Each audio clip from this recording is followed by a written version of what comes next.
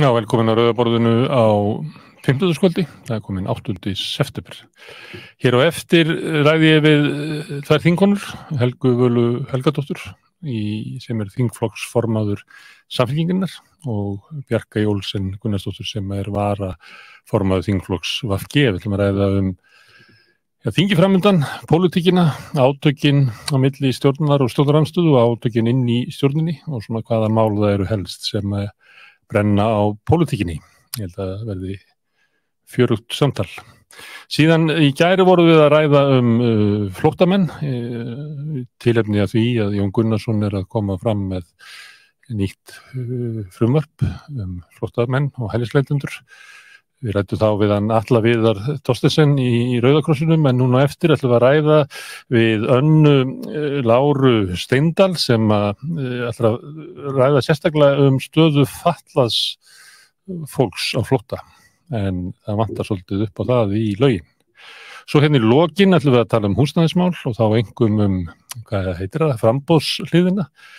Það er hann Ævar Rafn Hafþórsson, hann hefur rannsakað og kannað framleiðni í byggingurinn á Íslandi og hún virðist vera helmingi lakari heldur í Noregi, sem veldur því að húsnæði hér er of dýrt, og starfur utan þá bendir hann á að það eru eiginlega, okkur vantar eiginlega bjarginnar til þess að geta framleitt húsnæði sem að þarf, vegna þess að það er bara ekki til nógu mikið af fólki til þess að byggja þetta.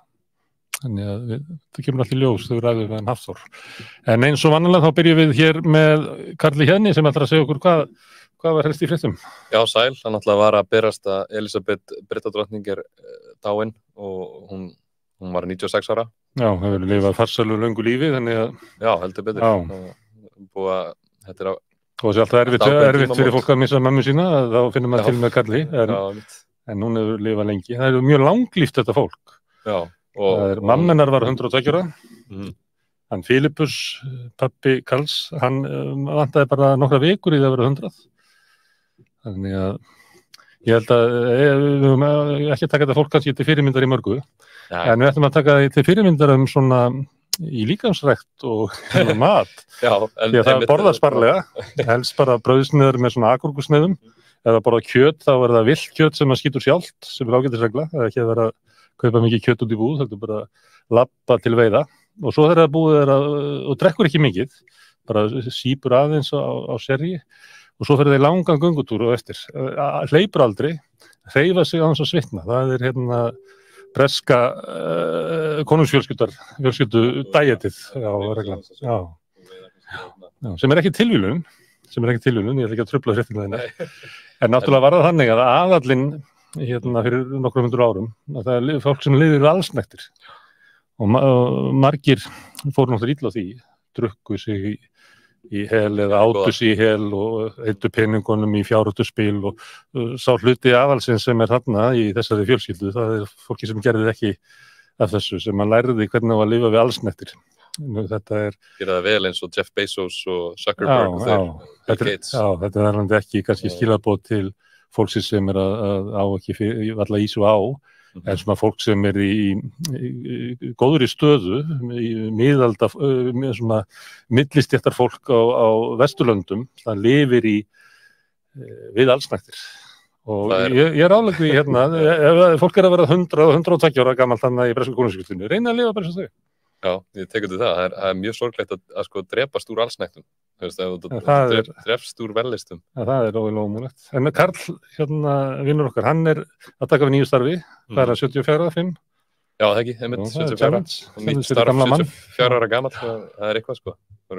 En hann hefur nú mætt á svona þessar opnanir og kliftað þess að borða áður og er vanur með hans. Já, mitt. Það er ekkert mikið meira endilega sem þetta felur í sér, kannski. Og taka á móti forsætisráðherrum og þess að þar. Þetta verður, konungsríki verður ekki lagt af eins og umræðan það er eiginlega, hún var miklu háværari þegar ég var ungur, sko. Já, mitt. Það var svona hafaði haldið þessi Winston fjölskylda. Liz Truss, þegar hún var yngri stjórnmálamaður, þá gat hún haldið fram og hún vildi leggja af konungsveldið, en hún myndi aldrei segja það í dag. Nei, mitt.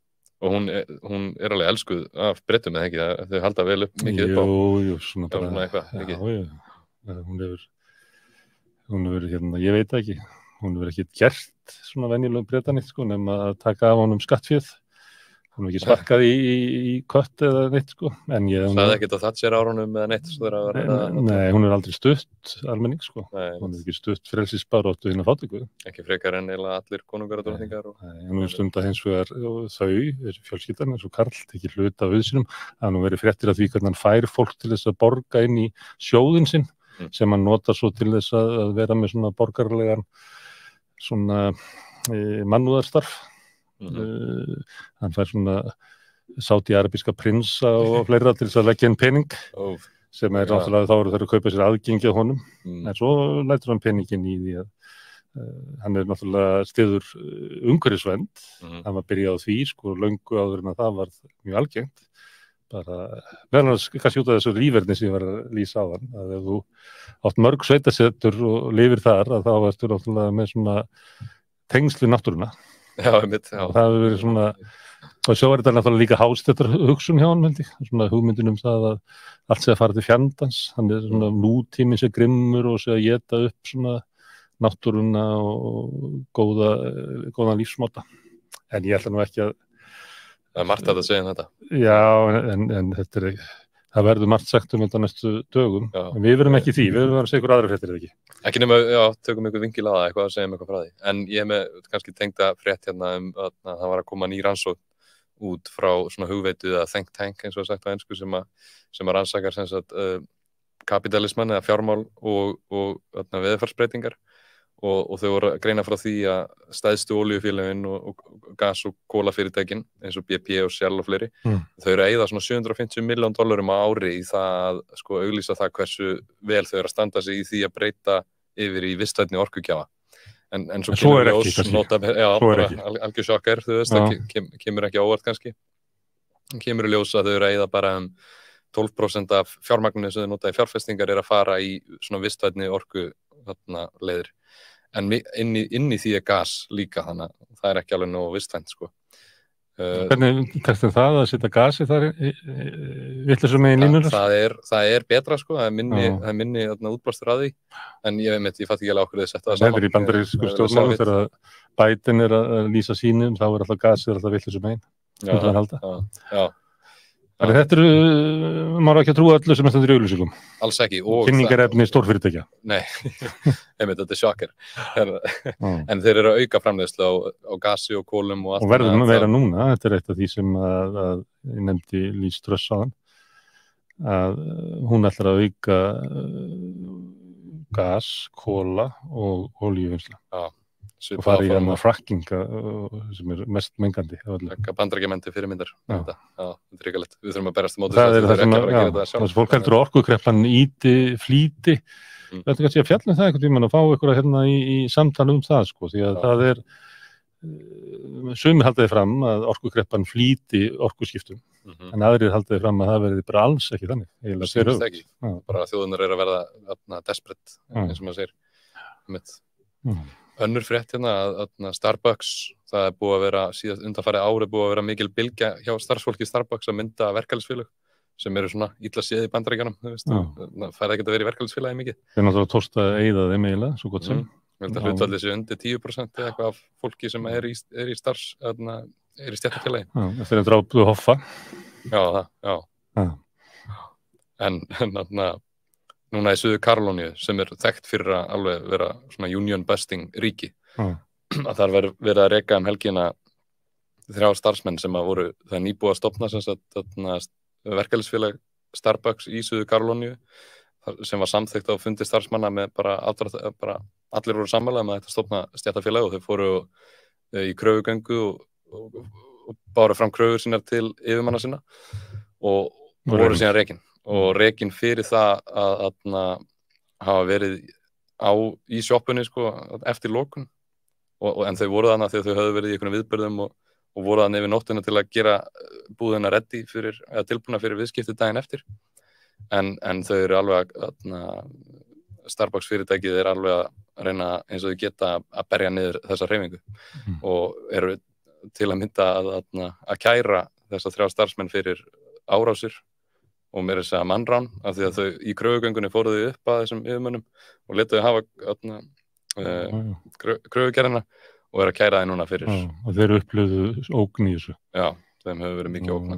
Þetta er við ætlum að vera með segja fleiri fréttir af hvað við segja, endurreisn verkalýðshreyfingar í Bandaríkjunum vegna þess að það tókst eiginlega að berja hana alveg niður í spað og svo vex hún hjá í fyrirtæki sem fara verst með starfsfólkið, Amazon, Starbucks, McDonald's og þetta er mjög forvitnilegt að sjá þetta, hvernig þetta verður, hvers konar fórustufólk verður til þarna, því að þetta er eins og að horfa á bara fæðingu verkalýðshreyfingarinnar sko seint á 19. öld sem það er að koma aftur, því að með því að útlista sósíalismann sem sko mannfjandsamlegt og hættulegt fyrirbrigði að þá tókst ráðandi valdastétt í Bandaríkjunum raunverulega að svínbeygja verkalýðshreyfinguna sem að þó eiginlega gerðu Bandaríkin sko byggileg.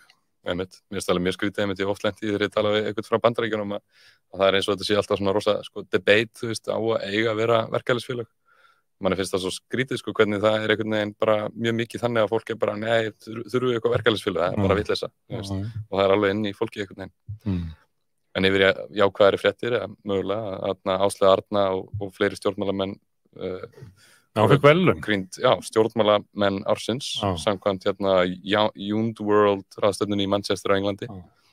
Og það var hún og ég kíkja alltaf á þetta svolítið svona þegar Íslendingar fá verðlaun því að svona fréttir oft notaðar til innan landsbrúks ef ykkur fær svona verðlaun, hvaða verðlaun er þetta og er þetta eitthvað, þetta er svolítið svona stór svona, hvað ég að segja, ráðstefna þar sem er sótt ungt stjórnmálafólk við að svona hugmyndin er svona networking að tengja fólk saman, þetta er svona svolítið svona ráðstefna fyrir velaukaða fólkið.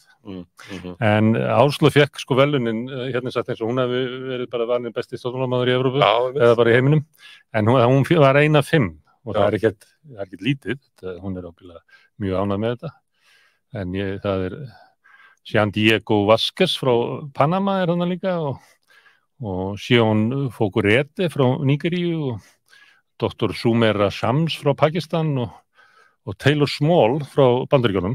Já, einmitt, það var svo eina sem ég kannast við. Já, þetta er nefnilega merkið, ég man ekki hvort að alltaf að maður reykist á hana, þetta er fyrsta transkonan sem var þingmaður í Bandaríkjunum, ekki á alríkisþinginu, heldur í fylkisþinginu í Vermont.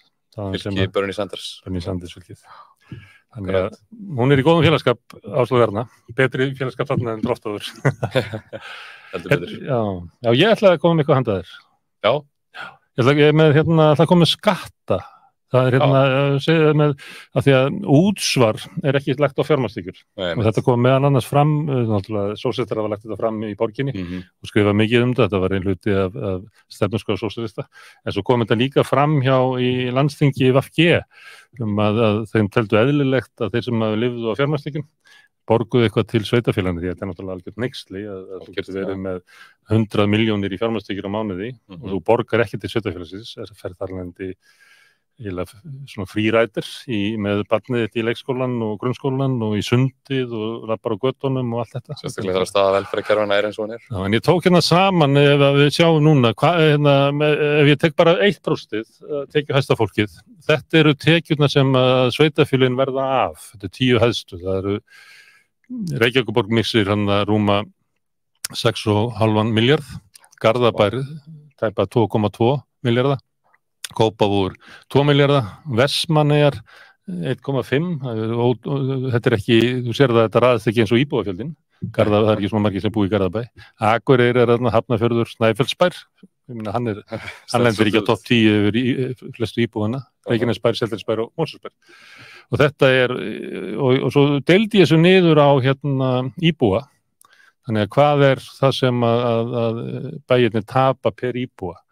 Og þetta það er Snæfellsbær, það er ígildi 476.000 króna á hvern íbúa. Þannig að ef þú býrði í Snæfellsbær þá áttu kannski veltaði fyrir þér vegna þess að hluta þessu það verið að selja útgerðir út, þá kemur gríðarlega fjármagnstekjur inn og ég held að það búist flesti við því að það var eiginlega minna á Snæfellsnesi heldur en víðast, þar sem að sko stóru fyrirtæki komu og keyptu. Það voru fleiri svona eldri millistórar fjölskylduútgerðir á Snæfellsnesi.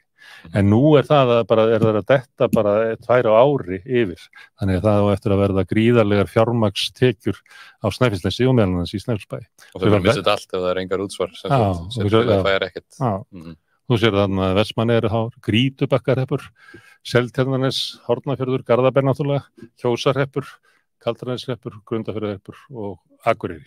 Akureyri held ég að sé vegna þess að maður tók eftir í þessum lista, þá voru margir starfsmenn Samherja með gríðarlega fjármagnstekjur og Samherji bara meira og minna í 1-2 fjölskylda. Þannig að það eitthvað við það hvernig Samherji borgar út launin, að það veldur því að það eru gríðarlega fjármagnstekjur hjá svona starfsmönnum og milli. Þú kemst fram hjá mikið að sköttum þannig. Herðu, og svo það okrið, við höfum verið með okkur þema þessa vikuna og ég hef sýnt þér kjúkling og hrísgrjón og gallabuxur. En nú ætla ég að taka svona það sem að svíður kannski þá sem á lægstastikunum mest og það til fyrirbæri sem heitir Númbeo, veistu hvað það er? Nei, það Númbeo, það snudd. Það var einhver, hann vann í einhverju svona stórfyrirtæki, eitthvað á Google eða eitthvað og hann bjóð til svona alþýðu hagstofu.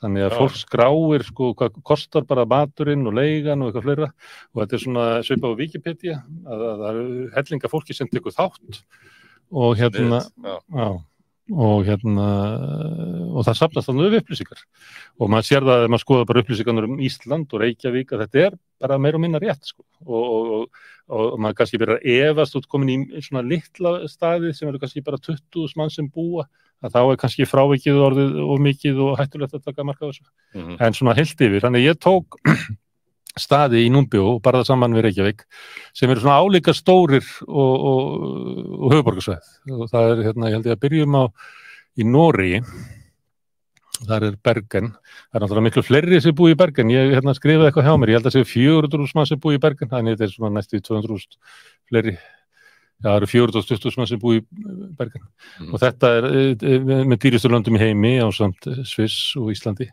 Það verðlag 1% lægra í Bergen en verðlag með leigu 7% og það af því að húsaleigan 23% lægri og veitingastæðin eitthvað aðeins lægri en matvara bara meira og minna það sama. Þegar maður í Noregi þá svona þetta háa verð og til þess að maður á veitingastæður að borða og þá finnst mann eins og það sé svona hátt verð vegna þess að fólki sem að vaska upp, það á góðum launum. Maður finnir það alveg. Það svona, maður fær það, ég veit ekki af hverju það maður fær það bara á tilfinningunum, en það ekki þannig á Íslandi. En þannig að ef þú leigir, að því að ég ætla aðeins að fókusera á leiguna, og ef þú leigir 2 herbergja íbúð í miðju bæjarins, að þá borgar þú 62.000 krónur minna í Bergen heldur þú gerir hér. Og það munar fyrir þann sem á lágum launum. Þetta við getum sagt þetta skatturinn fyrir að búa á Íslandi. Og það 60.000 krónur í ytri byggðum, það minni munur á fjarherbergjum eins og oft það bara, ég veit ekki af hverju það 47.000 og 46.000 og ef þú kaupir húsnæði þá það þú kaupir í miðbænum, þá það 5,2 milljónir sem dýrara á Íslandi og 11,9 ef það í útjaðrinum. Og munurinn oft minni þegar út í miðju bæjarins því að þar kemur meira inn heldur framleiðslukostnaður og annað slíkt. Þar ræður staðsetningin og þar komið svona geta fólksins til þess að kaupa hefur meiri áhrif. Þegar þú komin í ytri byggðir að þá, ég held að það sé svona ef þú hefur áhuga á því að vita hvað húsnæði kostar að þá sé sniður að fókus á það. Það líka svæði það sem líklegra að fólki búi sem á lægstu laununum. Þetta Noregur, þá förum við til Danmerkur líklega. Þetta Árósar. Þar verðlag 15% lægraðar, með leigunni 80%, húsalegin 26% lægri, veitingastæðin 4% lægri og matvara 27% lægri. Með því að leigja þar þá sparar við 68.000 krónur í litlu íbúðinni í miðjubænum, 81.000 í útjaðrinum, stóru íbúðinni, 24.000 inn í bænum, 63.000 úti. Ef þú kaupir húsnæði þá það 6,2 milljónum dýrara í Reykjavík og kaupir inn í miðjubæ og í ytri íbúðunum 12,4 milljónum sem dýrara. Það gjaldið við að búa í Íslandi. Mikill munur á það. Já, svo fórum við til Svíþjóðar. Það í Malmö sem náttúrulega fjölmennar heldur en samt svona. Það var, með þetta bara að vera of litli staðarnir sem kæmu sem álíka, þú veist, af því að þetta svona eitthvað sem þurfa að vera svona senter til þess að það sé samanbara hæft. Þar verðlagi sko 32% ódýrara og með leigu 37, þar húsalega 47%. Wow. Þannig að milljónaverkefnið, það hefur ennþá áhrif í að halda niður í húsalegu í Svíþjóð meirinn hálfri öld áður en það var lagt að stað með það. Veitingastæðin 37% ódýrari, maturinn 36%. Leigir 99.000 krónur sem borgar meira á Íslandi heldur en þar fyrir litla íbúð í miðbænum, 86.000 í útjaðrinum, 127.000 ef þú leigir stóra íbúð í miðbænum, 123 ef það í jaðrinum. Ef þú kaupir húsnæði, borgar 26,1 miljón meira á Íslandi fyrir litla íbúð og 20,3 milljónir meira fyrir stóra íbúð. Og við svo farið til Finnlands, af því að oft ég að byrja saman sem lönd og slepp í Finnlandi. Alltaf hægt að því. Verðlag 24% ódýrara, með leigu 32% ódýrara, húsalegin 57% ódýrara í Finnlandi.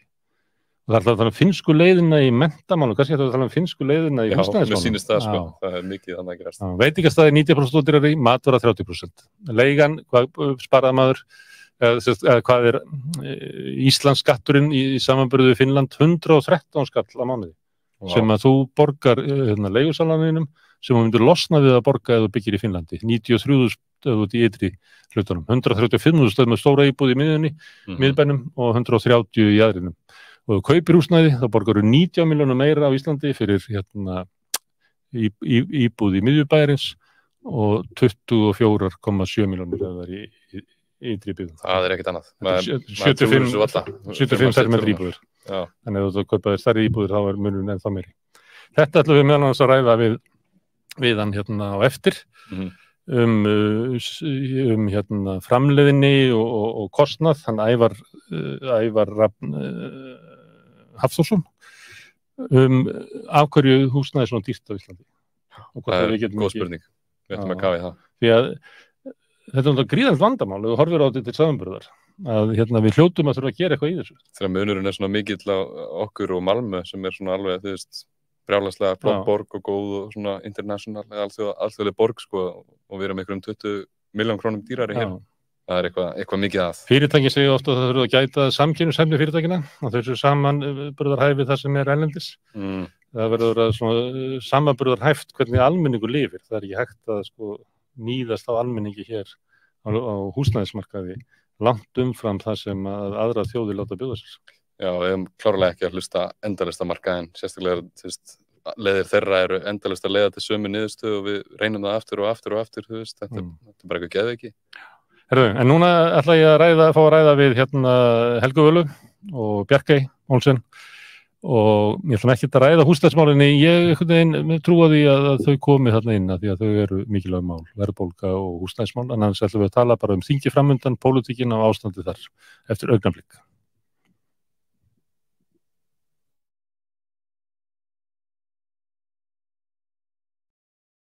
Já, velkomin í Rauðaborðið, í svona, við ætlum að vera með svona debatt hérna. Hérna er hingað komnar Helga Vala Helgadóttir sem er þingflokksformaður Samfylkingarinnar og Bjarkey Olsen Gunnarsdóttir sem er varað formaður þingflokks VG. Verið velkomnar báðar tvær. Takk. Hérna, þingi byrjar á þriðjudaginn, þannig að ég fekk ykkur hingað til þess að svona, það var svona smá vangaveltur það, hvað verður þetta þing? Má ég byrja á þér, Helga? Hvers svona þing verður þetta? Já, auðvitað. Við hlökkum auðvitað til að sjá fjárlögin, hvort að þetta verði fjárlögum niðurskurðar og ójöfnuðar eða hvort það er að koma eitthvað til móts við fólkið í landinu, það er auðvitað lykillinn. Þannig að við bíðum spennt eftir því. Mér fannst matvælaráðherra slá aðeins tóninn í fjölmiðlum í vikunni þegar hún sagði að það þyrftu auðvitað allar stofnanir að gæta aðhalds.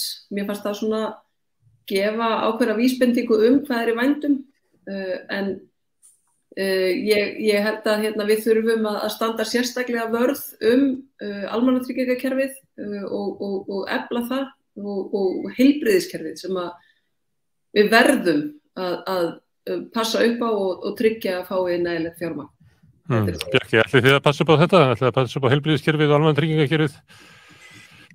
Já, sko, fjárlögin verða kynnt á mánudagsmorgun og bæði fyrir fjárlaganefnd og svo bara fyrir alþjóð. Þannig að þá kemur nú í ljós kannski komi í ljós þessar stóru línur sem við erum að horfast í augu við.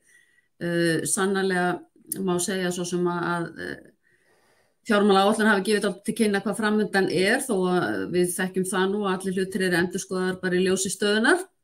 Það mín von allavega að við gerum það, við stöndum vörðum þessi kerfi okkar hér eftir sem hingað til að þá held ég að það sé bara, og tekar undir það með Helgu Vilhjálms sé fullt þörf á því að við hugum að því og félags- og vinnumarkaðsráðherra hefur nú talsveit í það áttina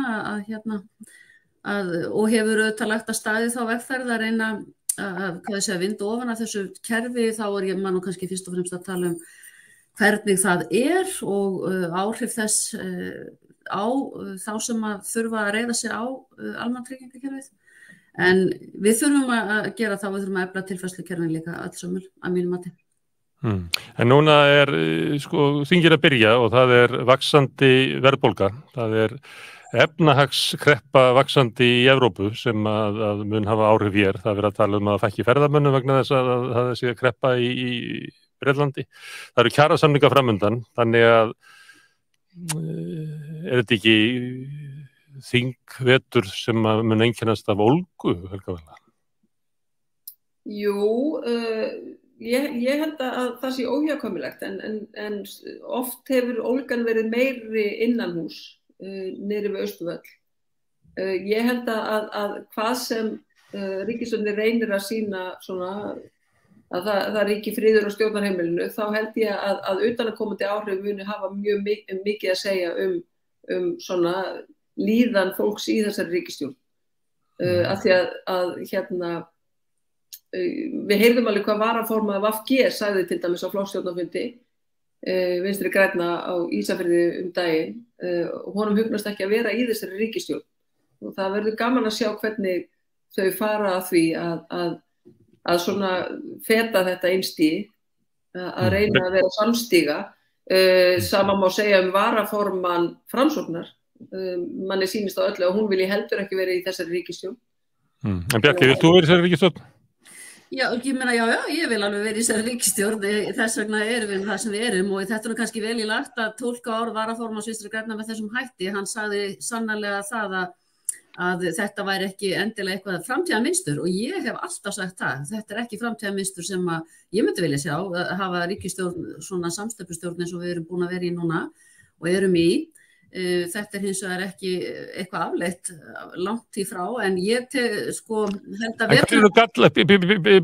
hver eru gallarnir sem hann að vísa til? Akkur þetta svona erfitt? Hvaða mál það sem að þið ná ekki fram? Hvað það sem að þurfa að setja ykkur við sem að þið myndu telja að vera í betri vist með öðrum flokkum eftir 3 ár? Já, það ekki bara þannig alveg svo þegar við vorum í ríkisstjórn 2009-13, ég menna þó við værum þá saman vinstri flokkarnir svo kalluðu, að þá það nú samt sem áður að það að málamiðlanir alltaf hreinn sem að það þurfa að eiga sér stað og ég meina það liggur alveg fyrir að það eru þetta ólíka stefnur í stórum málaflokkum, ég meina það eru ólíka stefnur í skattamálum og það eru ólíka stefnur í mörgum velferðarmálum, ég meina það liggur alveg fyrir og hefur engin dregin en að dula það myndi kannski fara betur á því að vera með vinstri flokkum. En varðandi veturinn á þingi framöndan, já, ég tek undir, ég held að verði erfiður, ekki endilega ólga eða eitthvað, en það bara fylgir því þegar það eru lausir kjarasamningar og annað slíkt og það stefnir svona í átöksýnismanni, minnst að kosta orðræðu verkefnisforingja, að þá fylgir það alltaf dálítið að það getur orðið strembinir á þingi eins og kannski bara í samfélaginu öllu. En ætti það ekki að vera bara gott fyrir vinstri flokka á þingi þegar það eru svona samningar og eru kröfur, svolítið stál í stál á vinnumarkaði og kannski leiðin til þess að hér verði ekki langvarandi verkföll eru það að ríki komi til móts við kröfur verkalýðsins sem ætti að vera meira og minna kröfur vinstri flokka. Húsnæðiskerfi, velferðarkerfin, barnabætur, vaxtabætur, réttlátra skattkerfi, þetta ekki bara frábært að fyrir vinstri, þeir eru báðar úr Bjarki sagði svokölluðu vinstriflokkum, hún sagði það svokölluðu vinstristjórn, þetta ekki bara frábært tíð, þetta ekki skemmtilegt framöndan, Helga Vala? Jú, en ef maður horfir á lífskjarasamningana sem að ríkisstjórnin var auðvitað hluti að og átti að svona efna ýmsa þætti til þess að lífskjarasamningarnir gætu haldið, að þá stendur rosalega margt eftir, óleyst og óklárað. Þannig að það mun líka reyna á þetta, að hversu trúverðugur samningsaðili eru stjórnvöld sem að ekki hafa uppfyllt það sem að þau ættu að gera í lífskjarasamningunum. Þannig að ég held að það muni líka verða býsna erfitt fyrir þau, því að við vitum auðvitað með ýmsa þætti þar að til dæmis Sjálfstæðisflokkurinn bara einlæglega á móti því sem að þar var samið og þar eru auðvitað að tala svona hluti eins og kennitöluflakkið og launaþjófnaðinn og þess aftar sem að bara sett beinlínis til þess að vernda launafólk og leigubremsu og alls konar hluti sem voru drepnir, sem að var þó búið að lofa. En Bjarki, má samt ekki segja þetta, þið eru alltaf að semja við Framsókn og Sjálfstæðisflokkinn og núna þegar verkalýðshreyfingin undirbúa sig og þá eru þið svona komið með bara svona lið með ykkur við borðið, við samningsborðið, þetta ekki bara gott? Ég meina, það alveg ljóst að þið vilja fara aðeins til vinstri og þau vilja fara til hægri og það betra fyrir ykkur ef að eru kröfur í samfélaginu að fara til vinstri. Já, ég bara segi það enn aftur að öflug verkalýðsforysta náttúrulega bara það sem skiptir mjög miklu máli og bara hefur alla tíð gert og heldur áfram að gera. Það ekki mikið sem út að stendur í það að efla lífskjarasamningan og það hafa nú verkalýðsmenn rætt, forystufólk þar undanfarið, þannig að það nú ekkert mikið sem út að stendur. Það voru góðu samningar, ég held að flestir tali í þá veru, þrátt fyrir að þessi, ríkisstjórn þvert á línunar séu undir í því samhengi, að þá náðust þó þessi samningar sem að ég held að hafa verið góðir og svona mestuleyti hefur tekist að uppfylla það sem að þar var undir. En það Ég verði að skjóta inn Bjarka, að til dæmis gagnvart leigjendum þá var ekki staðið neitt. Já, hvað ekki neitt? Hverju var lofað sem ekki var staðið við? Það var lofað leigubremsu. Það var settir eitthvað frumvarp, svo spurði ég þá var þetta félagsmálaráðherra þessu sem var Ásmundur Einar, hvað akkur þetta frumvarp ekki þá bara bentan á Guðlaug Þór, eins og það væri sem svolítið afsökun hjá þeim sem í ríkisstjórn með Sjálfstæðisflokknum, að það ganga ykkur lofa ykkur og svo það bara, það bara náðist ekki í gegn því að þeir sögðu nei. Já, það nú kannski ekki alltaf þannig, þetta náttúrulega líka auðvitað þannig að í gegnum nefndirnar kemst ekkert allt og það ekkert alltaf vegna þess að það séu ríkisstjórnarflokkarnir sem hafa því áhyggjur. Sum mál hreinlega fara tilbaka aftur vegna þess að það koma á því agnúar sem við þurfum að vinna betur og ég tek undir það að mér finnst að það við eigum að setja leiguþak. Ég held að það sé bara mjög mikilvægt að gera það, ekkert bara út af ástandinu núna, heldur bara vegna þess að við höfum einhvern veginn aldrei eignast heilbrigðan leigumarkað á Íslandi, því miður það bara þetta einhvern veginn alltaf eins og villta vestrið og það þarf einhvern veginn að grípa í taumana til þess að ná utan það. En svo eru líka málefni sem að verkalýðshreyfingin hefur heldur ekkert endilega verið samstíga sem að eru þarna undir sem að mínum að við þurfum kannski og vonandi náum betur utanum núna. En að þið erum á þessum nótum og maður að lesa fréttir þar sem að sænska ríkisstjórnin að verja þetta svo háar tölur maður skilur þetta ekki, þýska ríkisstjórnin og núna íhaldsstjórnin í Bretlandi til þess að verja þá sem að veika standa fyrir verðbólgunni og það náttúrulega öðruvísi verðbólga þar, það meira orkuhækkunin, ég sá könnun að yfir 60% Breta sjá fram á það geti ekki kynnt húsin þannig að það sé lítið þeim í vetur. Þannig það gríðalegt vandamál, en það allar ríkisstjórnar að gera. Þetta ekki út af kröfu, það ekki lausir samningar en neitt, það bara koma pakkar frá hverju ríkisstjórnar fætur öðru, bara ekki ósvipað var í upphafi COVID. Helga, ættu þið ekki að vera að ræða þetta á vettvangi stjórnmálanna? Hvernig við ætlum að bæta þeim sem að verða fyrir kjaraskerðingu? Hvernig við ætlum að bæta það þannig að verðbólgan fari ekki einhvern veginn fram á bakinu á því fólki? Já, það nákvæmlega það sem við bíðum spennt eftir að sjá. Það það sem að Heldur það komið fram í fjárlagafrumvarpinu? Já. Samhliða fjárlagafrumvarpinu lagður fram bandormur svokallaður og það einmitt þar sem að við eigum að fá að sjá allar þessar aðgerðir, allar þessar mótvægisaðgerðir sem að fulltrúar ríkisstjórnarinnar ræða fjálglega á tyllidögum. Við hljótum að fá að sjá þetta líka á mánudaginn kemur þegar fjármálaráðherra kynnir fjárlagafrumvarp þessara ríkisstjórnar, nýtt fjárlagafrumvarp. Er það Bjarkey? Kemur pakki með... Það verður að gerast, ég meina, það verður að koma til móts við fólki í landinu. Kemur pakki með fjárlagafrumvarpinu, Bjarkey, heldur þú? Sko, ég hef ekki séð fjárlagafrumvarp, frekar en bara aðrir þingmenn. Og það bara þannig að þótt margur haldi það nú að við þingmenn og þingmenn meirihluta séu mjög innviklaðir í það, þá það bara ekki svoleiðis. En við byrjum auðvitað bara strax í sumar að setja út aðgerðir, ekki gleyma því, varðandi verðbólguna, en það alveg augljóst mál að við verðum að horfa til þessa sem að verst standa í samfélaginu og verða kannski hvað harðast fyrir barðina á hækkandi verðbólgu, en leið kannski að maður rosalega glaður yfir því að standa ekki frammi fyrir þeim vanda sem að Evrópa búið að standa frammi fyrir. Hvorki allt of miklum hita í sumar eða þá allt of háu raforkuverði og öðru slíku, að þá, svo sem kannski má segja að mörguleyti stöndum við vel, en ég meina hún býtur auðvitað verðbólgan í þá sem að lítið hafa milli handana og að þeim verðum við að hlúa mínum að þið núna bara strax í haust. Já. Má ég aðeins skjóta inn að því að verðbólgan í Evrópu knúin áfram hækkun á orkuverði, það sem sumstaðir bara fjórföld hækkun á orkuverði. Við erum bara svipuð róli með okkar verðbólgu og okkar verðbólga meira og minna langstættulegt að komi vegna hækkunar húsnæðisverði og ráðu við því hækka vextina sem að hækka húsnæðiskostnaðin hjá þeim sem að borga, sem að kaupa og sem að líka fer yfir í leiguna, þannig að þetta þarf ekki þá ættum við ekki vera að ræða einhverja aðgerðir bara í húsnæðismálum, svipað og aðrir að ræða aðgerðir í orkumálum. Ja, það þetta skjól sem að maður finnur að hver ráðherrann og hver fulltrúi ríkisstjórnarinnar hleypur inn í þessa dagana.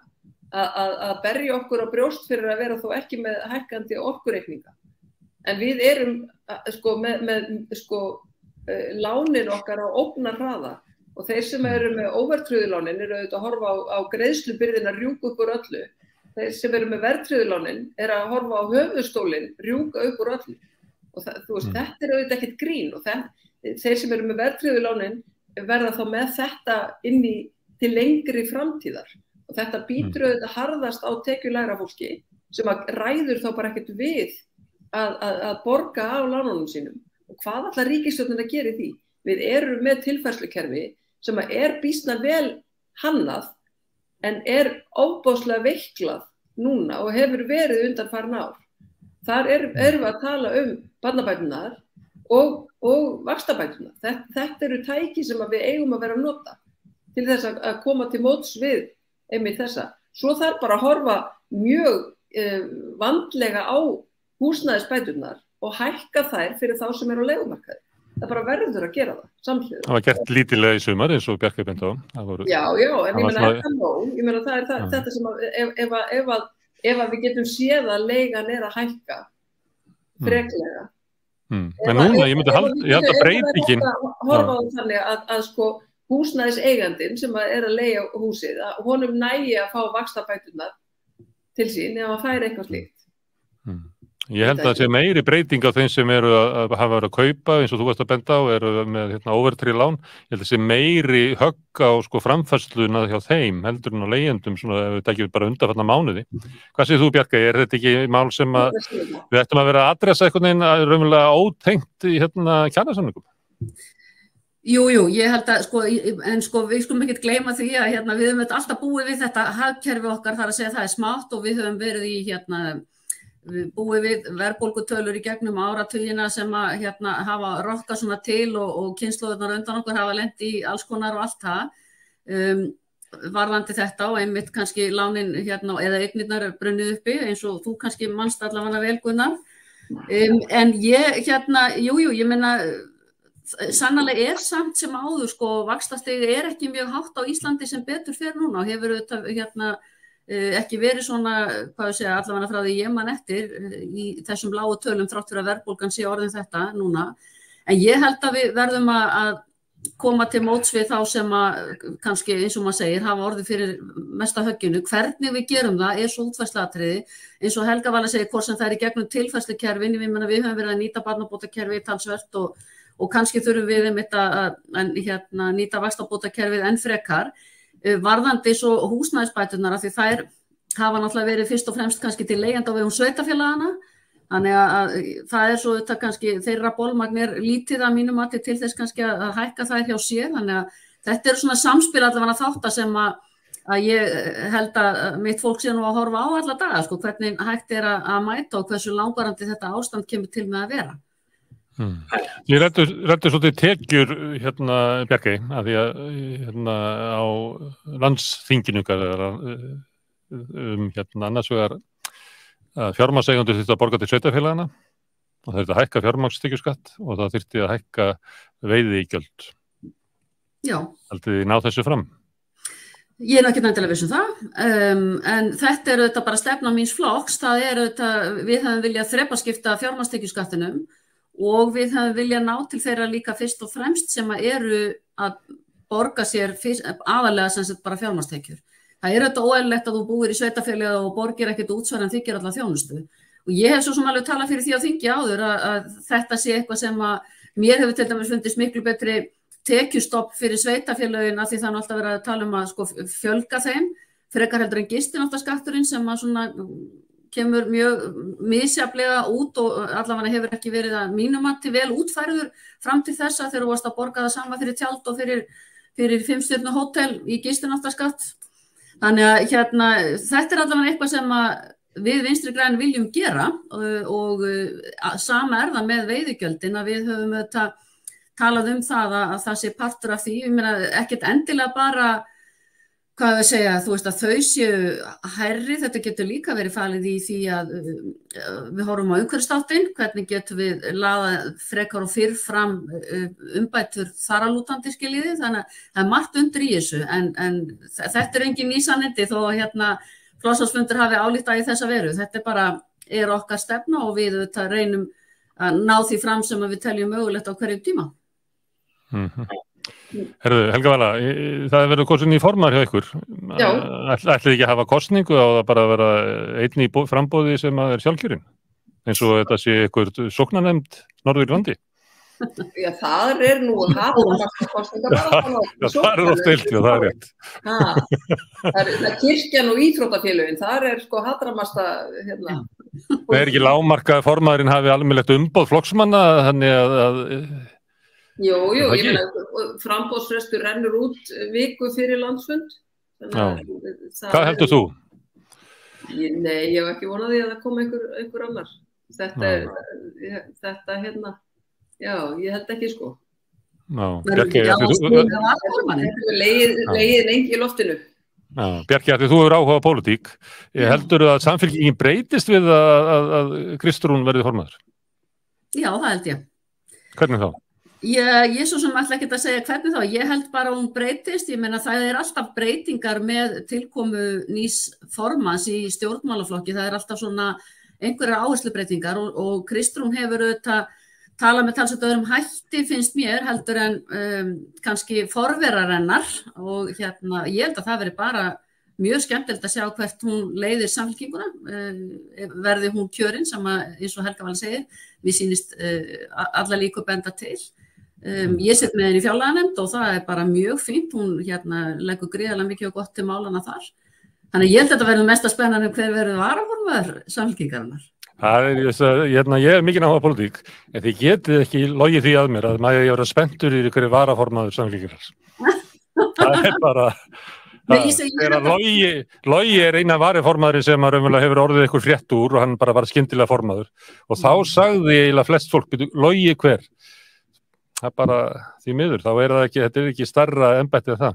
Nei, en það kannski skiptir að máli held ég með svona, það einmitt hvort að viðkomandi á þingi eða ekki og það hefur einmitt ekki raunin, ég held að það geti skipt máli. Ok, en það einin með okkar sem hefur allt annað álita á varaformennsku í samfélkingunni heldur en ég, það Helga Vala sem bauð sér fram sem varaformaður. Nei, ég hef bara, ég reyndi að talaði það meira segja í kosningabaráttunni þá að það væri öllum nákvæmlega saman hver væri varaformaður í stjórnmálaflokki. Það ekki klók aðferði í kosningabaráttu, það ekki klók aðferði í kosningabaráttu að segja skipta einhver máli hver vinnur. Nei, en sko, þú veist, ég sko, að mínu áliti á varaformaðurinn fyrst og fremst að hlúa að innra starfinu. Þannig var það í gamla daga. Og passa upp á og keyra áfram málefnastarfi og svona. en ég meina, þú veist, þetta á ekki að skipta almenning neinu máli, sko. Þetta fyrir áhuga fólk pólitík, hverjir í hvaða stólum. Og já. Já, en það var nú vitnað til mín varaformanns hérna rétt áðan, skiljiði, og það eins og segja fólk sem hefur áhuga á pólitík, að það vitnað. Já, hann auðvitað ráðherra í ríkisstjórn Íslands, sko. Það skiptir líka næst samfélkingur orðið, sko.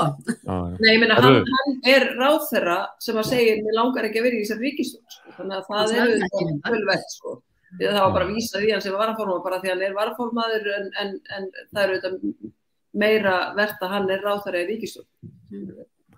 Það frétt ef að Þórdís Kolbrún kemur fram og segir mér langar ekki að vera í þessari ríkisstjórn. Ég meina, það yrði það rætt á kaffistofunni hjá Vinstri-grænum. Já, en þetta var ekki sagt svona, bara svo því sé haldið til haga. En það svolítið athyglisvert að bæði varaformaður VG og varaformaður Framsóknar, sem eru 2 ráðherrar í ríkisstjórn, skuli bæði vera svona lítið. Það ólund í þeim, það einhver ólund í þeim. Já, alveg greinilega.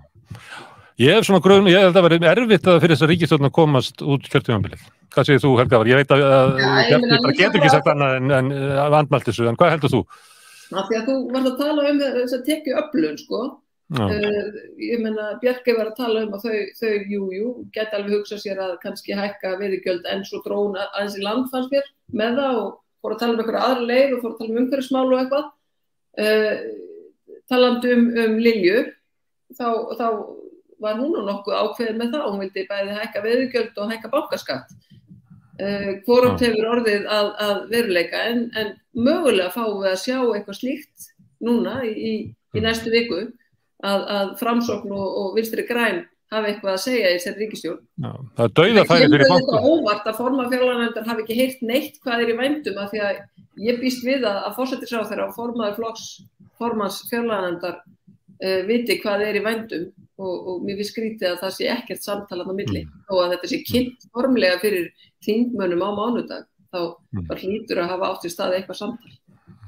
En Bjarki, við erum í dauðafæri fyrir bankaskatt því að nú verið að leggja á svona vindfólksskatt út alla Evrópu á orkufyrirtæki sem græða gríðarlega.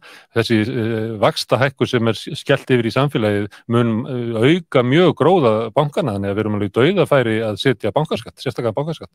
Já, ég tala oft fyrir því þingi og þegar að þetta var þessi breyting á sem stað á sínum tíma, þar að segja þegar hann var lækkaður, þá sagði ég það að ef að hann myndi ekki skila sér í rauninni til okkar, fólksins í landinu, að við sæjum það að þetta væri að skila sér, að þá fyndist mér eðlilegt að þessi ákvörðun yrði endurskoðuð og ég bara tek undir það og ég meina nú viðtal við Höskuld sem að Arion bankastjóran sem að sagði það hvað ég segja, hann orðaði það þannig þegar að hann var spurður þetta, að hækka skattin aftur að það væri ekkert afleitt að gera það. Mér finnst að það eigi að gera það því að þeir hafa ekki skilað þessu til okkar. Það alveg klárt mál og ég meina hvort sem við tölum hvalrekaskatt eða hvaða þá allavega eru bankarnir okkar það vel stæðið að þeir hafa bara mjög og fullt tök á því að annarkvort að hækka ekki svona hjá sér vexti þó að Seðlabankinn hækki eða skilja sér til hækki. Herðu, nú eru símandi þarna að hringja. Ég þakka ykkur kærlega fyrir að gefa ykkur tíma til þess að koma hérna við og staldra við á rauðaborðið. Það var mjög gaman að tala við ykkur og ég ætla að fá að tala við ykkur seinna aftur, en við sláum botnin í þetta núna. Takk kærlega fyrir Helga Vala og Bjarki.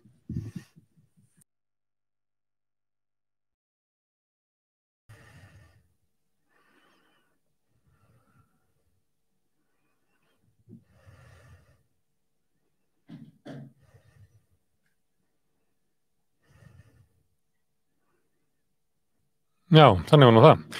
Í gær var hjá okkur Atli Viðar Thorstensen frá Rauða krossinum og vorum að ræða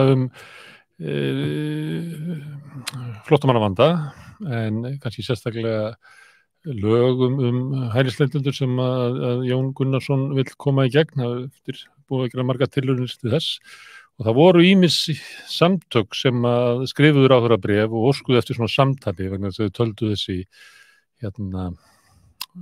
frumvarpið ekki alveg nógu gott og það er svolítið, ég nefndi það í gær sko að þarna væru helstu svona mannúðarsamtök á Íslandi og mér langar svona að lesa listan það Geðhjálp og Hjálparstörf kirkjunnar, Amnesty, Þjóðkirkjan, Kvenréttindafélagið, Þroskahjálp, Mannréttindaskrifstofa Íslands, Rauði krossinn, Samtökin 78, Solaris, UNICEF, UN Women og Öryrkjabandalag Íslands. Þetta svolítið listi sem að óskar eftir því að fá eitthvað samtal vegna þess að þau eru ekki alveg sátt við frumvarpið eins og liggur fyrir. Og núna til þess að halda áfram þessar umræður er hingað komin Anna Lára Steindal, þú ert frá Þroskahjálp. Já, sæll. Takk fyrir að koma. Má ég spyrja þig, hvað er það sem akkur þið viljiði fá umræðu þetta frumvarp? Er þetta ekki bara fínt frumvarp hjá Jóni eins og maður getur spurt? Sko við tökum sem samtök ekki afstöðu til frumvarpsins nema að svo miklu leyti sem að við teljum það snerta hag fatlaðs flóttafólks. Og með tilliti til þess hóps að þá teljum við að það sé hægt að gera talsvert betur. Og hvað þá? Já, við til dæmis, það maður reynda að koma því að allavega tvisvar á þessu ári höfum við skrifað umsögn, eins og þú komst að áðan, það búið að reyna að leggja þetta fram nokkru sinnum. Fyrst í febrúar og svo í maí, ef ég man það rétt.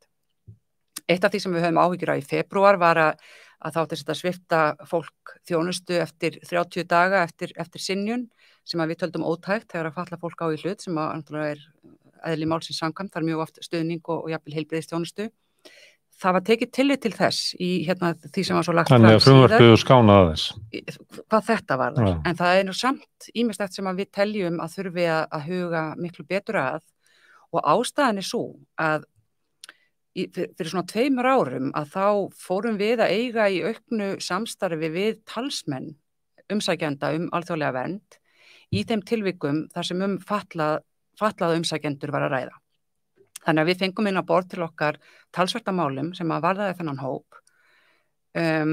Bæði eftir að Útlendingastofnun hafði úrskurðað og þá komum við inn og skrifum greinagerðar og skoðum málin áður en það var lagt fyrir kærunefndina og síðan líka bara áður en að máli fór fyrir Útlendingastofnun.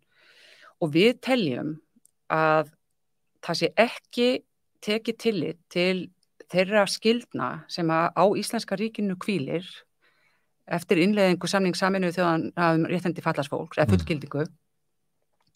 Það sé ekki tekið tillit til þess í þessum málsmeðferðum sem við höfum séð. Það er að segja að fötlun er ekki breyta sem er skoðuð í málsmeðferðinni og það höfum við beinlínis bara fengið staðfest í Útlendingastofnun þegar við óskoðum eftir tölfræði að þá kemur í ljós að tölfræðin er ekki til, það er ekki til tölfræði yfir. Það er ekki fylgst með því hvort fólk sé fallað. Nei, og þetta er ekki.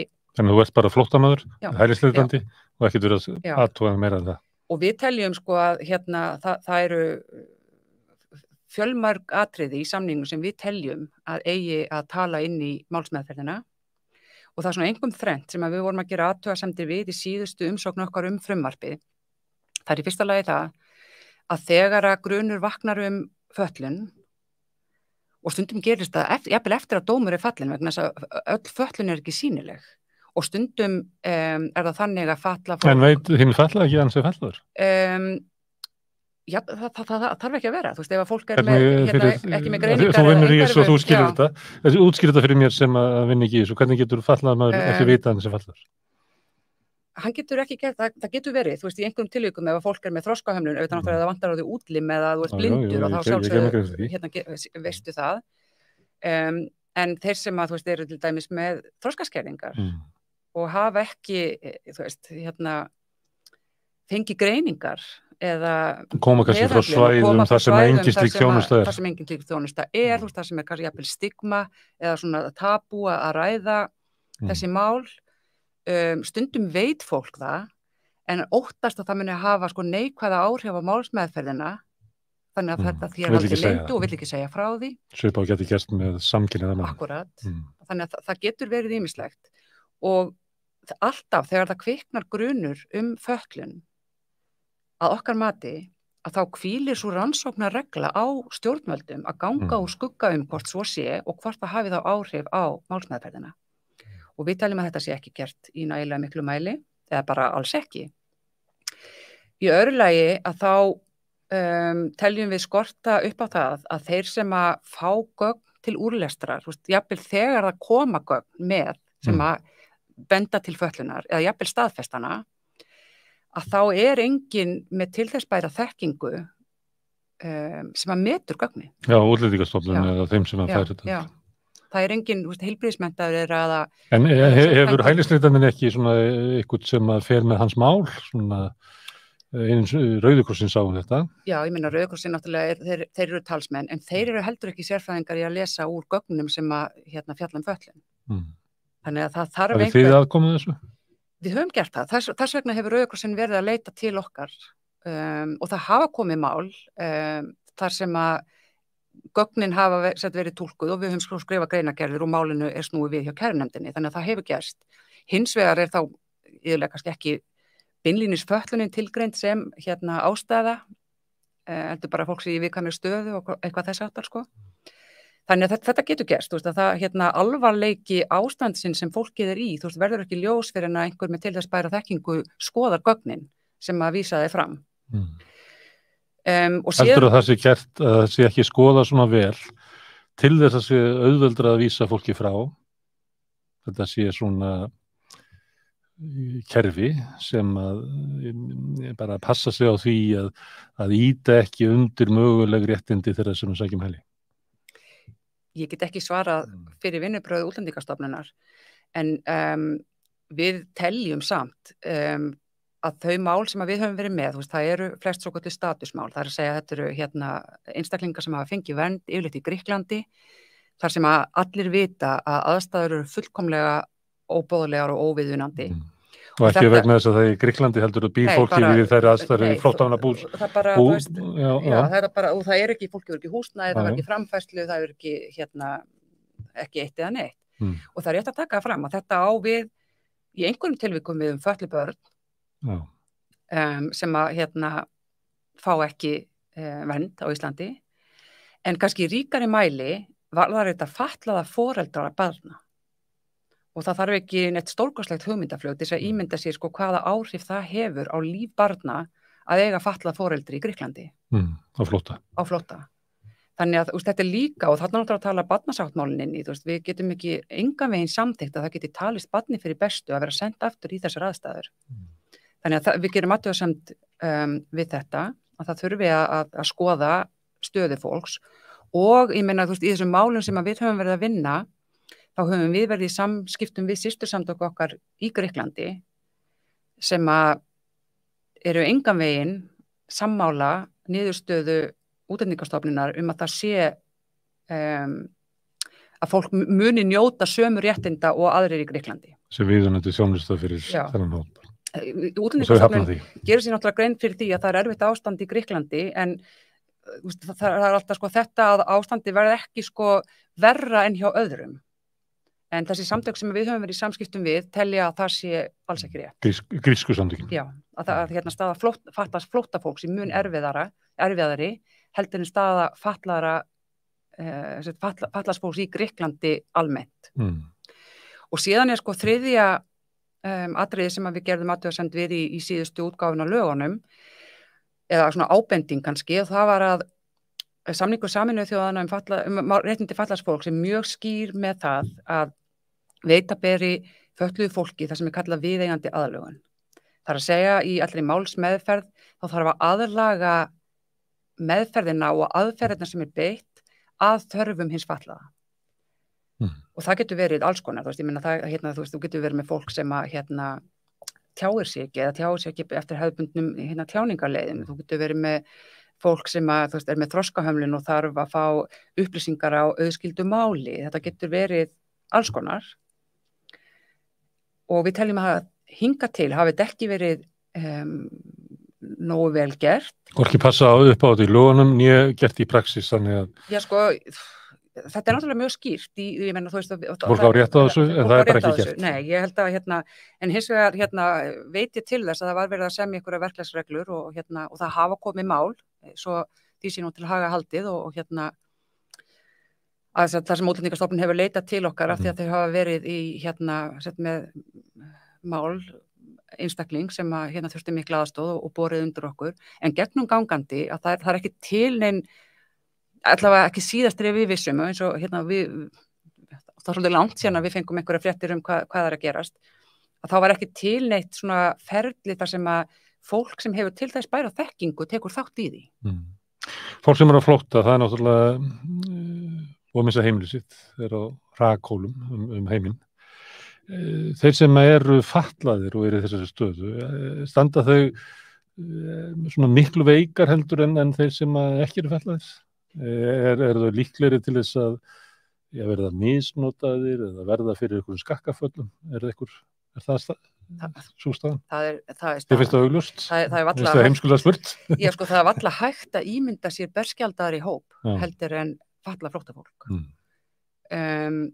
Bæði náttúrulega vegna þess að fötlunin gerir fólki oft mjög erfitt með að flýja, það getur ekki farin neitt og það til dæmis sáum við í Úkraínu og hérna við heldum nú fund með systursamtökum okkar í Evrópu og þar á meðal voru samtök fatlaðs fólks í Úkraínu sem voru, þetta var bara netfundur sem lýstu sko átakanlegri stöðu fólk sem getur ekki flúið neitt, getur ekki farið. Þau voru að lýsa stöðu fólk sem hafði búið á stofnunum þar sem allir voru bara farnir og það er enginn eftir til þess að hugsa fólk. Og hættan er líka svo, og ég held að svona einhver leyti höfum við svona dálítið fengið það, ég segi kannski ekki staðfest, en svona aukið grunnsemdir okkar að svona venjuleg hjálparsamtök sem eru náttúrulega að lyfta grettistaki og gera stórkostlega hluti, að þá falla fólk gleymist oft. Að það einhvern veginn af því að sko það kemur ekki á þessa hefðbundist, það getur ekki farið og sótt sér aðstofuna þar sem að þessi samtök eru að bjóða upp á hana af því að þau eru föst heima. Það verður að fara með þjónustuna til þeirra og líka ef það er landflótti þá verður eiginlega að fara til þeirra og hjálpa þeim að flýja. Já. Er það gert eins og í Úkraínu? Sko í einhverjum tilvikum. Við erum ekki að því Íslendingar, við erum ekki að fara til Úkraínu og sækja fatlað fólk. Nei, það var nú einhvern tímann komið fréttir af því að það ætti að Það verði ekkert úr því.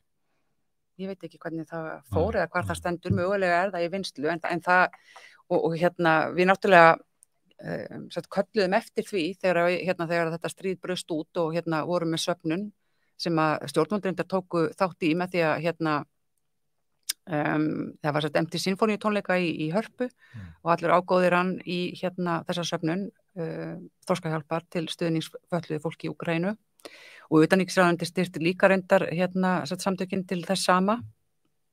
Þannig að það er verið að reyna og ég veit að það eru sko svona hvað ég að kalla þetta sjálfsprottin hjálparsamtök hópur fólks til dæmis bara sem ég þekki sem að starfa var í Póllandi og voru að fara yfir landamærin til þess að sækja fólk en það er ekki gert í neinum sko, það er engin stór samtök eins og þessi stóru hjálparsamtök sem að stíga inn í á átakasvæðum og aðstoða flóttafólk sem eru þar því miður. Hvað er búin að vera lengi hjá Þroskahjálp? 3 ár. Já. Þú ert búin að vera inn í þessum málum. Sérðu, er þetta þokast í rétta átt? Hvernig við tökum á móti fötluðu flóttafólki? Er svona kerfið okkar að styrkjast eða kannski að veikjast? Nei, ég held það er ekki að veikjast og mér finnst vera svona ákveðin vilji til þess að gera betur. Hann til dæmis nýbúið að setja á stofn svona ráðgjafahóp eða hvað ég á að kalla sem á að fjalla málefni barna og flótta og þar inni sitjum við sem fulltrúar fatlaðra barna og flótta. Þannig að ég held að það sé svona kvikna meðvitund að það þarf að huga mjög sérstaklega að þessum hóp og þörfum hans. En ekki kannski sýnilegt í hvernig er staðið að málum? Það er svona undirbúningur, nefndastarf verið að skoða. Já. Ég er ekki að skammast því, ég er bara að spyrja, reyna aftan á því hver staðan er. Já, mér finnst samt vera að opnast. Ég meina það meiri skilningur? Meiri skilningur. Þegar að Afganistan fór á hliðina þá reyndum við að vekja athygli á mjög veikri stöðu fatlaðs fólks þar þá var ekki hlusta mikið, við fengum ekki mikil viðbrögð við því en núna finnst mér að vera einhvern veginn að aukast meðvitund að þetta, hversu gríðarlega berskjaldar þessi hópur er. Að Úkraína hafi hjálpað til við það? Já. Það er eitthvað við aðstæðanum þar sem að fekk fólk til þess að opna augun. Já, þetta er náttúrulega nálægt okkur og svona. Nú erum við búin að vera að tala hælisleitendur og flóttafólk, en hér er líka mikið af innflytjendum og þetta er alveg sikur hópurinn og ég ætla ekki að, en með innflytjendum koma börn og þar eru fötlubörn á meðal og það mikilvægt þegar að þú þarft að leita eftir þjónustu að svona kunna á kerfið með einhverjum hætti. Stundum finnst mér á Íslandi að maður þurfi að vera bara búin að vera hérna í nokkra ætli til þess að átta sig á því hvernig kerfin virka því að þau eru stundum virka óformlegan hátt. Kanntu að segja mér eitthvað stöðu innflytjenda og innflytjendabarna sem eru fötluð á Íslandi? Já, Þroskahjálp fékk styrk úr þróunarsjóði innflytjendamála árið 2018 til þess að reyna að kortleggja þessa stöðu. Því að það var svona grunur að það væri aðgengi að þjónustu væri erfiðara fyrir þennan hóp heldur en innfædda.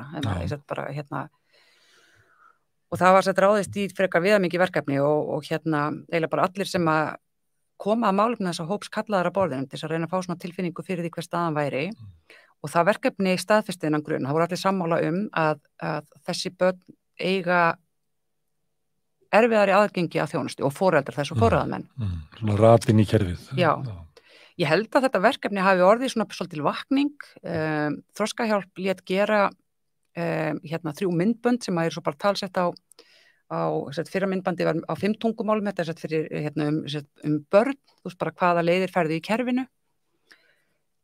Seinna gerðum við fyrir félagsmálaráðuneytið 3 svona myndbönd fyrir fullorðið fólk og texta sem voru svo þýdd eða talsett á 7 tungumál og við höfum verið í samtali við til dæmis fjölmenningarsetrur og ráðgjafarstofu, innflytjenda og ráðuneytið og fleiri en við myndum vilja gera miklu betur og það sem okkur sýnist standa á að það mikill vilji til að gera vel.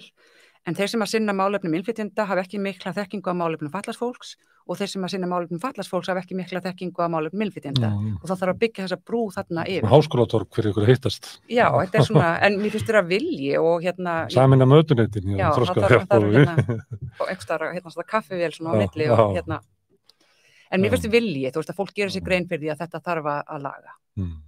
Herðu, Anna, fróðlegt að spjalla við þig. Og takk fyrir að koma og við kannski fáum að heyra í þér aftur. Takk fyrir. Þetta er stór og mikill málaflokkur. Já, takk. Núna á eftir ætlum við að fara á byggingarstað. Við ætlum að tala við hann Ævar Rafn Hafþórsson framleiðni á íslenskum byggingariðnaði, fókusinn sem er á eftirspurnarhlið í byggingariðnaði og hvaða áhrif það hefur þegar það er ekki horft á framboðshliðina. Hér eftir augnablik.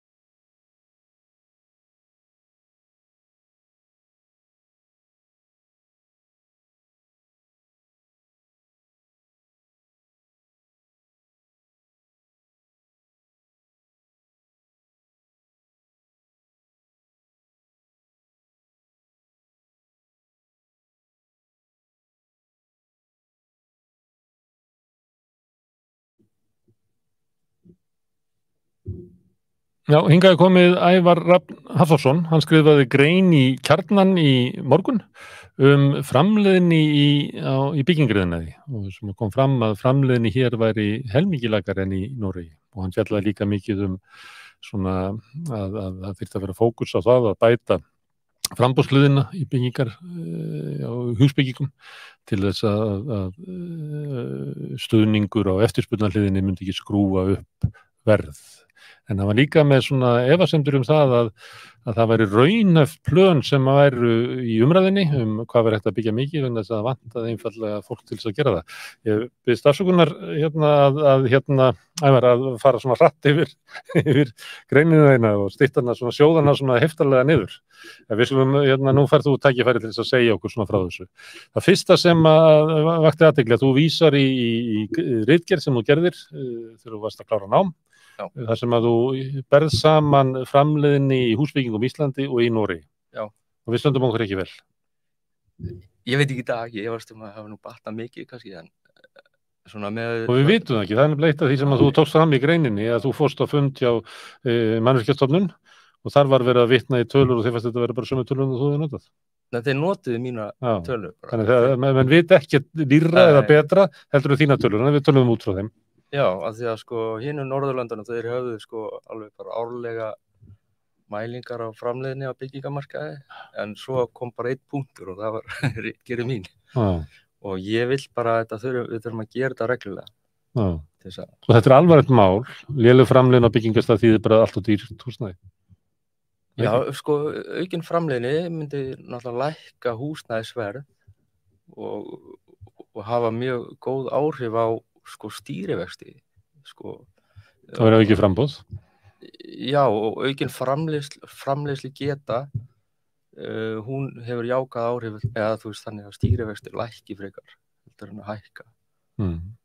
Þannig að þetta er bara mjög mikið. Já, það myndi gera þannig að auki framboð myndi halda aftur að hækkunum eða lækka verð sem að myndi draga úr þörfin á að hækka vextir, eða ekki? Já, framleiðslu getan er bara betri. En segðu mér hérna, hvað hétt þetta sem varst að læra? Fjármálahagfræði. Fjármálahagfræði. En þar áður varstu að vinna á byggingarstað, þannig að þú ert ekki sérfræðingur á sunnan, þú hefur unnið á byggingarstað lengi. Já, hvað ætli ég hef ekki unnið í rúm 20 ár, vann með námi líka, sko. Og var mikið í þessum nýbyggingum. Og það ætla að spyrja það, af hverju er svona léleg framleiðnin á byggingarstað á Íslandi? Erum við að slugsta? Sko, það er margt sko í ríkinu sem ég benda á, en það er náttúrulega fyrst og fremst náttúrulega skipulag á vinnustað. Sko, ástæðan fyrir að ég fer að gera þessa ritgerð er það því að ég þekki innan byggingar iðnaðarins að ég var að tala við stráka sem voru að koma frá Noregi og hingað heim að vinna. Og þeir voru alltaf að tala að skipulagi þar og þeir væri miklu fljótari með verkin og svona, og ég var svona, þú veist, velta fyrir mér, þú veist. Er þetta satt? Er þetta satt? Eða er þetta sildir menn sem eru að... Já, þannig að ég ákvaða að fara í þetta, að rannsaka þetta og ég fekk þetta er bara beint upp úr rekstrarreikningum fyrirtækja hérna. En munurinn er alveg, hann er eiginlega ótrúlegur. Já, en... Það sé helmingi lakara hér. Já, nákvæmlega. Móti er að innanhús frágangur í Noregi er ekki allur eins svona tímafrekur og vandar eins og hérna. Húnin hérna heima, við viljum hafa þetta... Akkurru? Ég veit það ekki, ég þarf ekki að hafa þetta svona, sko. Það er eitthvað... Það er kalt í Noregi og það er rók í Noregi og...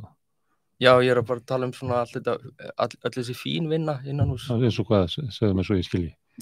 Til dæmis tengingu á rafmagni, fjöldi ljósa, frágangur á veggjum og bara svona mörg smáatriði sem að tínast til, sko, sem eru kröfur, kaupanda sem ætlar að búa hana, frekar heldur en eitthvað í byggingareglugerðum. Já, en sko, ég bjó nú í Breiðholti þarna í Austurberginu og þar voru veggirnir bara grófpússaðir og málaðir. Ég fann ekkert fyrir því að vera eitthvað verra að búa þar, þú veist, en bara einhvern kröfur Íslendinga hafa alltaf verið að íbúin þurfa að vera alveg óaðfinnanleg. Þetta náttúrulega... Það er rosa dýrt. Það er dýrt. Sérstaklega vegna þess að á Íslandi er vaxtakostnaður og verðtryggingi svo há að ef þú bætir við einhverju milljón á húsið sem þú ert að kaupa eða íbúðina, þá myndur þú að borga sko 3,5 tilbaka. Já, þetta eru dýrar ákvarðanir. Þetta eru dýrar ákvarðanir og ég velti fyrir mér af hverju sko getum við ekki byggt bara þessar hagkvæmu íbúðir sem maður alltaf var að tala um. Og ég hef skoðað þessar hagkvæmu íbúðir sem áttu að vera hagkvæmar. Þær eru bara eins og þessar venjulegu dýru íbúðir sem við byggðum, sko. Þannig að það er ekkert að vera spara neitt til. Ekki neinu sem að skipti miklu máli. Nei.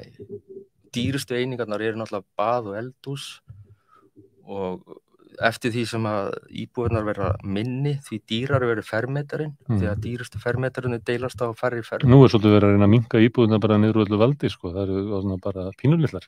Eins og minnstu íbúðirna sem að Bjarg er að byggja. Geimslan farin. eldhúsið svo lítið að fólk komið með sko svona borðstofuskápinn í stofuna við hliðina á sjónvarpinu. Ég í svoleiðis íbúð sjálfur og mér líður bara nokkuð vel í þú ert ánægð með þessa þróun? Litla íbúð. Ég ætla að tala að maður ætlum að passa okkur á því að minnka íbúðar ekki ómikið.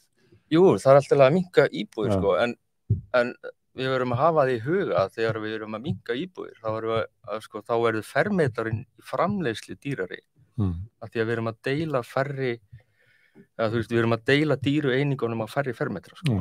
Sem eldhúsið, baðherbergið. Eldhús, bað. Sem að dýra. Já.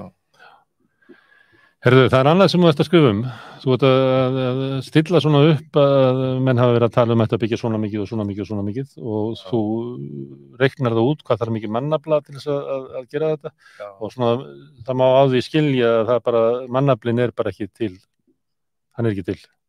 Nei. Og þá kemur að því að þú ert kennari í tekniskólanum þar sem verið að mennta iðnaðarmenn til þess að búa til þessi hús. Þannig þar flöskuháls líka. Já, þetta löngu vitað sko.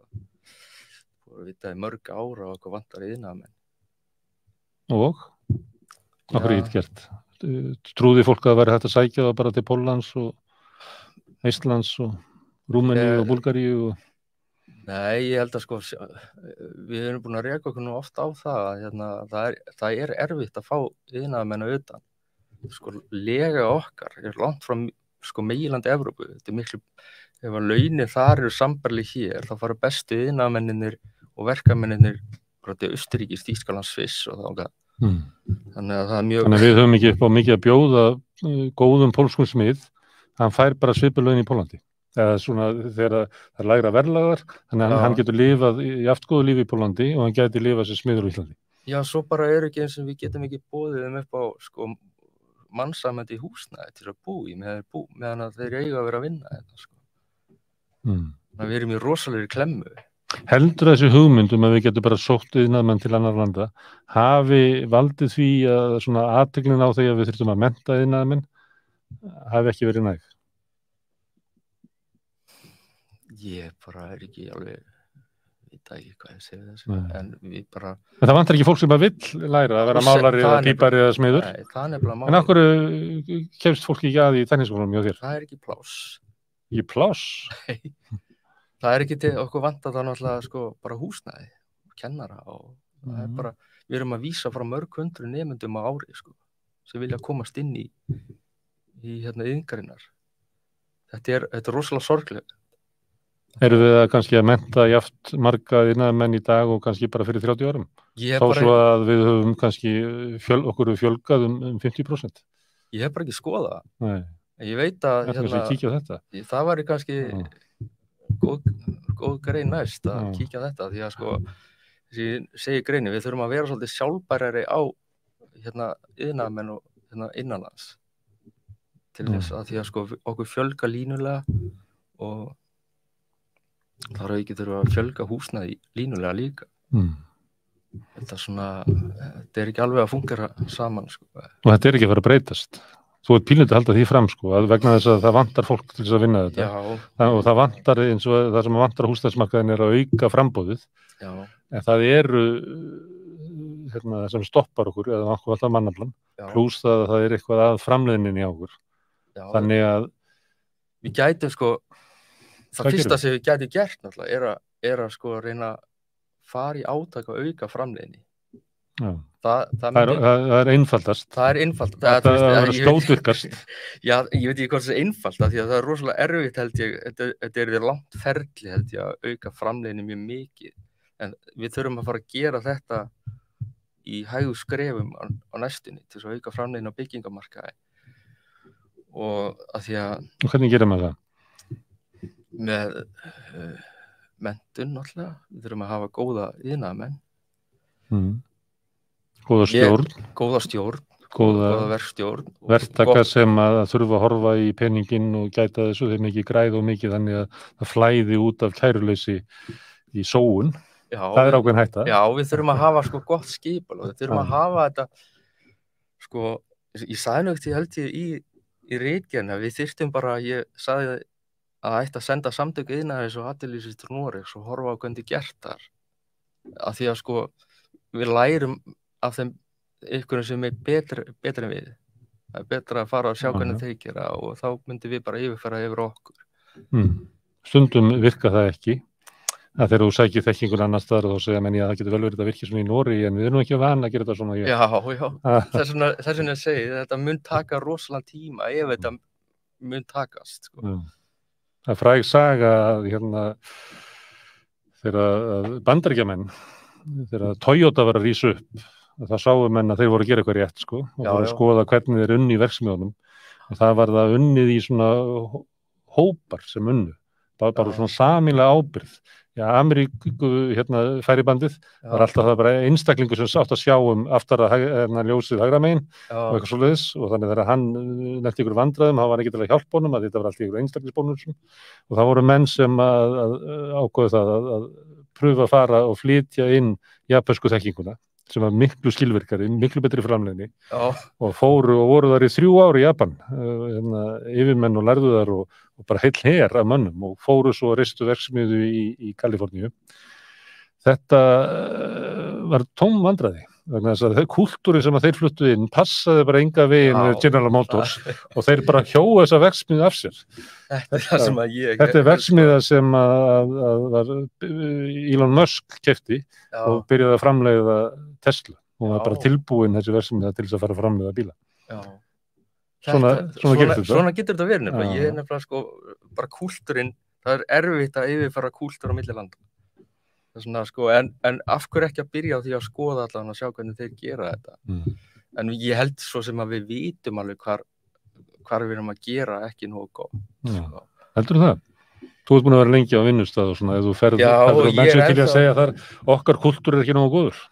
Ég er ennþá sko í sambandi við sko mína fyrir kollega í iðnaðarmannabransanum og þú veist, það er alltaf sömu raddirnar ennþá. Þeir eru að kvart undan skipulagi, þú veist, að því að þú veist, þetta þarf að ganga smurt fyrir sig. Já. Hráefni þarf að vera komið akkurat þegar það þarf á því að halda. Já, þú átt ekki að... Hinn hópur þarf að vera farin þegar við komum. Já, akkurat, og búin að þrífa. Þú veist, það eru mörg svona smáatriði sem að þarf að, þurfa að smella til þess að framleiðni aukist. Og það þarf ekki nema einn í hlekknum til þess að eyðileggja þetta, sko. Þú veist, ég ætla nú ekki að velja einhverja stjætsu skúrska, við segjum til dæmis, nefnum bara, hvað ég að segja, nefnum til dæmis ef að... Þetta eru dýr orð sem þú fara að segja. Nei, ég ætla ekki, af því ég myndi ekki vænt alla iðnaðarmenn. Segjum bara einhver iðnaðarmannastjætt skil ekki sínu, þeir eru undirmannaðir. Það, þú veist, keðjan er bara ekki að fungera. Þetta er bara eins og í færibandinu í frystihúsinu, að sá sem er á flökunarvelinni á skemmira fyrir þeim sem er á róðfrættivelinni og þeim sem er á hausarunum og þeim sem er í... Já, hausarinn er lélugur, þá er það svo sem er á flakningsvelinni, hann verður pirraður. Herðu, en við þurfum að laga kúltúrinn, við þurfum að laga menntun iðnaðarmanna. Eða, þú veist, við þurfum að fjölga að því að sko íslenskir iðnaðarmenn, ég veit að þeir eru vinsælir í Noregi margir kom ekki tilbaka það segir að við erum með góða iðnaðarmenn sem funkar að vel við þurfum að fleiri iðnaðarmenn við þurfum fleiri iðnaðarmenn, góða iðnaðarmenn og þurfum að framleiða meira af húsnæði, af ódýru húsnæði sem að hentar fólki. Já, nákvæmlega og bankarnir gerðu svolítið fyrst mér í brækuna með það að spá offramboði árið 2019 og fara að draga úr lánsfjármagni til byggingaverktaka, þeir hægja á og svo bara, þú veist hvað, 1 ári seinna þá er allt í einu komið Það er bara núna sem er byrjað að auka lánin aftur, það var fréttir það að hækka lán til fyrirtækja og öðrum ársfjórðungi. Já, þannig að þú veist, það er ekki, þú veist, við eigum ekki alltaf að treysta öllu sem bankarnir segja, sko. Við höfum bara helst sko að því að húsnæði er sko eiginlega það er mannréttindi. Fólk sem á ekki húsnæði, hefur ekki húsnæði yfir sig, það á ekki séns í samfélagi. Ég veit ekki Maslow þarf að píramiddan. Það sko En í byrjun þáttarins þá vorum við að bera saman húsnæði, verða húsnæði og leigu, bæði kaup og leigu í Íslandi eða Reykjavík og í Árósum og Malmö og Turku og þá vorum við að segja það munaði 20 milljónum á 75 fermetra húsnæði hér og í Turku að kaupa það og það munaði 130 krónum að leigja það.